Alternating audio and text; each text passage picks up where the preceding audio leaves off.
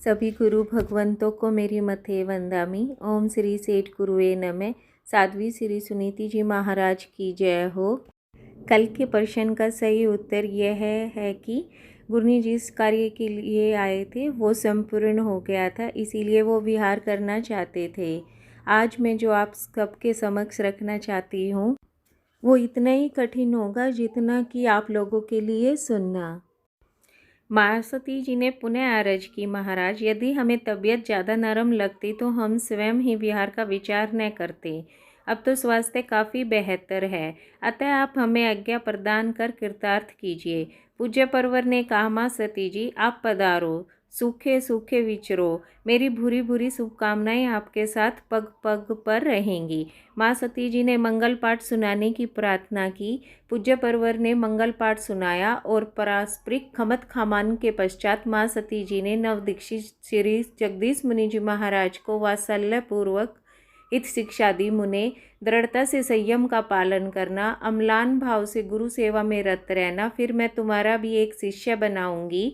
नवदीक्षित मुनि ने अपनी संयम दात्री गुरुनी वर्या की हित शिक्षा को सविनय स्वीकार किया। सियालकोट से माँ सतियो जी ने विहार कर दिया। उनके विहार से अगले ही दिन पूज्य परवर श्रीलाल चंद जी महाराज की पीठ में बाएं फेफड़े के पास एक फुंसी हो गई। उस फुंसी के आसपास की जगह भी एकदम लाल हो गई। चिंतित होकर मुनियों व श्रावकों ने सियालकोट के माने हुए वैद्यों व हकीमों को दिखाया। उन्होंने असाध्य रोग की आशंका व्यक्त करते हुए औषध उपचार प्रारंभ कर दिया, परंतु फुंसी कम होने की बजाय बढ़ती ही गई और लाल की जगह उसने काला रूप धारण कर लिया। हकीमों को पुनः दिखाया। उन्होंने खेद के साथ कहा, महाराज यह तो जहरीली फुंसी है। इसमें इतनी अधिक जलन होती है जैसे आग की चिंगारी ही रख दी गई हो या किसी भयंकर जहरीले सांप ने काटा हो। हम तो गुरुजी की समता देखकर हैरान हैं। ये उफ तक नहीं करते, न आहा न कराहा। हमने अपनी जिंदगी में ऐसी सहनशीलता नहीं देखी। वास्तव में फुंसी की वेदना असहम्य थी तो पूज्य परवर की सहिष्णुता भी असीम थी। मुनिजन उन्हें अधिकाधिक साता पहुंचाने की कोशिश करते थे, पर अंतर की वेदना को तो कोई नहीं मिटा सकता। कृत कर्म का भुगतान तो जीव को स्वयं ही करना पड़ता है। माँ वेदना के उन विकट क्षणों में जागरूक आत्मा श्रीलाल चंद जी महाराज ने मुनियों से कहा, अब मेरा अवसान काल आ पहुँचा है। मैं पंडित मरण का वरण करने के लिए संधारा करना चाहता हूँ। इस अस्वस्थ असक्त व नश्वर तन को मोह छोड़कर मुझे संधारा करवाने का अनुग्रह करो। पूज्यपाद श्री गोकुल चंद जी महाराज बाखूबी समझ चुके थे कि अब मेरे गुरुदेव इस देह पिंजर को छोड़ने ही वाले हैं।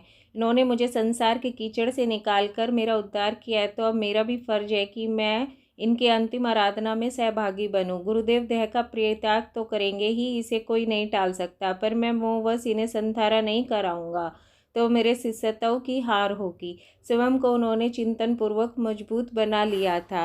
अच्छा श्रावको जी, मुझे एक चीज़ बताइए, अगर आपको बहुत ज़्यादा वेदना होती है तो आपको किन गुरुदेवों की याद आती है? अपना आंसर कमेंट बॉक्स में ज़रूर लिखें।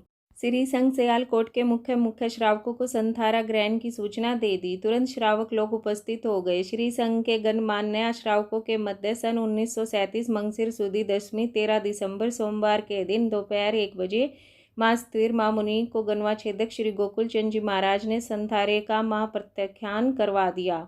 बहुश्रुत श्री फूलचंद जी महाराज सत्कर्ता व सजगता के साथ संधारा साधक को कर्मशय, शास्त्र पाठ, आलोचना पाठ, 12 भावना, बड़ी साधु वंदना आदि सुनाने लगे। जहरीले फोड़े की असहम वेदना को शांतिपूर्वक सहते हुए संधारा साधक जी तन्मय होकर आलोचना पाठ श्रवण करते थे।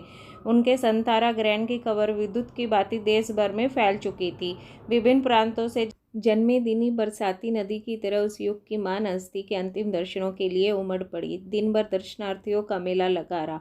रात्रि के 12 बजे उस युग पुरुष की आत्मा पार्थिव देह को एक झटके में ही छोड़कर देवलोक की ओर प्रयाण कर गई। 13 वर्ष की लघु वह में संयम के महापथ पर चरणन्यास किया था। 67 वर्ष 8 मास 23 दिन तक उत्तमोत्तम संयम की आराधना की। अंत समय में साधना पर संतारे का कलशारोहण भी किया। भारत भर के मान्य थे वे महापुरुष। भले ही वे चले गए, पर आज भी उनके पौत्र शिष्य ज्ञान की जलवंत ज्योत उपाध्याय श्री जितेंद्र मुनि जी महाराज उनकी अमिट निशानी बनकर शासन का मान उगोत कर रहे हैं। इनकी परिचय रेखा निमोकंत है। इसका आगे का भाग कल मैं आपके समक्ष रखूँगी। ज़्यादा से ज़्यादा श्रवण कर मेरे प्रयास को सफल बनाएं। आपकी अपनी श्राविका।